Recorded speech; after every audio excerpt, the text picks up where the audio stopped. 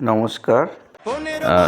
এই সোনারপুর উত্তর বিধানসভা কেন্দ্রে বামফ্রন্ট মনোনীত সিপিআইএম প্রার্থী হিসেবে আপনার নাম ঘোষণা হয়েছে আজকে। আপনি সোনারপুর উত্তর বিধানসভার নির্বাচক মণ্ডলীকে কি বলতে চান? আজকে তো সদ্য ঘোষণা হলো,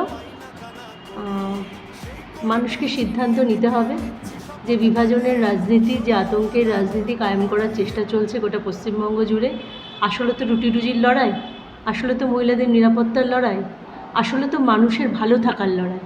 ফলে সোনারপুর উত্তরের নির্বাচক মণ্ডলীর কাছে আমার এটাই আবেদন থাকবে, আগামী দিনগুলোতে তৃণমূল এবং বিজেপি যে ধর্ম যুদ্ধ করে মানুষকে বিভাজিত করতে চাইছে, ধর্মীয় সাম্প্রদায়িকতার নামে, জাত বর্ণ ভাষার নামে মানুষকে বিভাজিত করতে চাইছে, আসলে মানুষের মূল সমস্যাগুলো থেকে দূরে সরিয়ে দিয়ে তার বিরুদ্ধে সর্বত্র বামফ্রন্ট মনোনীত সিপিআইএম প্রার্থীদেরই মনোনীত করার জন্য। সারা রাজ্য জুড়ে যেরকম নারী নির্যাতন, শিশু পাচার, নারী পাচার হচ্ছে, যুবক যুবতীদের চাকরি নেই, শিক্ষায় দুর্নীতি, এবং এই কথাগুলো সোনারপুরের যে সমস্যাগুলো আছে, রাস্তাঘাট, পানীয় জল সহ সমস্ত রকম নাগরিক পরিষেবা, সেখানে আপনি বিধানসভায় সোনারপুরের মানুষের প্রতিনিধি হিসেবে নির্বাচিত হলে কিভাবে বলবেন? দেখুন, আমরা বামপন্থীরা সবসময় বিকল্পের কথা বলি। সেই জায়গায় দাঁড়িয়ে আমাদের একদম অগ্রাধিকার থাকবে কর্মসংস্থানের প্রশ্নে। গোটা রাজ্যে গত কয়েক বছরে কর্মসংস্থানের প্রশ্নে যেভাবে পিছিয়েছে, এবং যুব ভাতা দেওয়া হচ্ছে ঠিকই, কিন্তু সেখানে বেকারদের লাইন দেখলে বুঝবেন আসলে আমার রাজ্যে বেকারের সংখ্যা কত। তাই যারা বলেছিল 2 লক্ষ বেকারের চাকরি দেবো, কোথায় গেল চাকরি? কোনো কর্মসংস্থান নেই, নতুন করে ইন্ডাস্ট্রি হচ্ছে না, পুরনো ইন্ডাস্ট্রিগুলো বন্ধ হয়ে যাচ্ছে। ফলে কর্মসংস্থানের প্রশ্নে আমাদের পরিকল্পনা অবশ্যই থাকবে, আমাদের ইশতেহার প্রকাশিত হবে, আমরা পাঠিয়ে দেবো মানুষের কাছে, সেখানে সুস্পষ্টভাবে আমরা কর্মসংস্থানের কথা বলছি, আমরা মহিলাদের নিরাপত্তার প্রশ্নে কথা বলছি। রাজ্যে মহিলা মুখ্যমন্ত্রী, অথচ গত কয়েক বছরে দেখবেন কিভাবে মহিলাদের ওপর নির্যাতন বেড়েছে।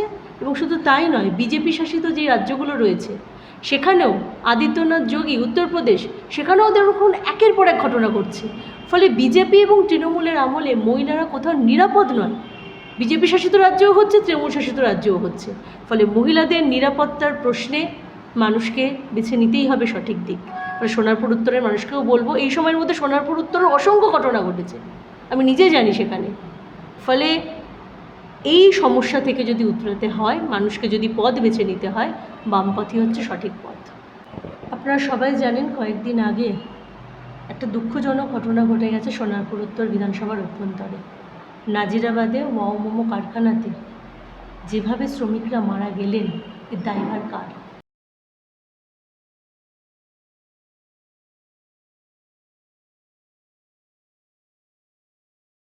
আসলে গোটা রাজ্যে যে দুর্নীতি চলছে, গোটা সোনারপুর উত্তর বিধানসভাও তার বাইরে নয়।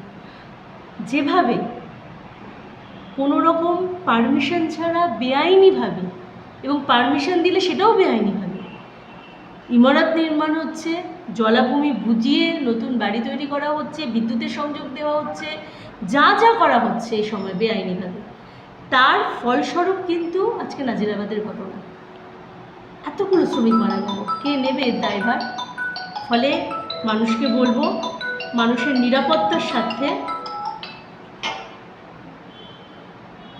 মানুষকে সঠিক দিক বেছে নিতে হবে। শুধু নাজিরাবাদের শ্রমিক নয়, এরকম অসংখ্য মানুষ শুধুমাত্র ইললিগালি, বেআইনিভাবে বাড়ি নির্মাণ হচ্ছে, জলাভূমি বুঝিয়ে দেওয়া হচ্ছে, এবং তার ফলস্বরূপ টাকা পাচ্ছে কারা?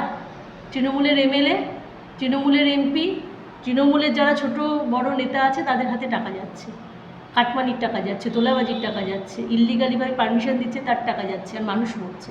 ফলে এর বিরুদ্ধে আমাদের রুখে দাঁড়াতে হবে। ফলে সাধারণ মানুষকে বলবো, আপনারা ভাববেন, ভেবে আপনারা আপনাদের সিদ্ধান্ত নেবেন। অনেক ধন্যবাদ।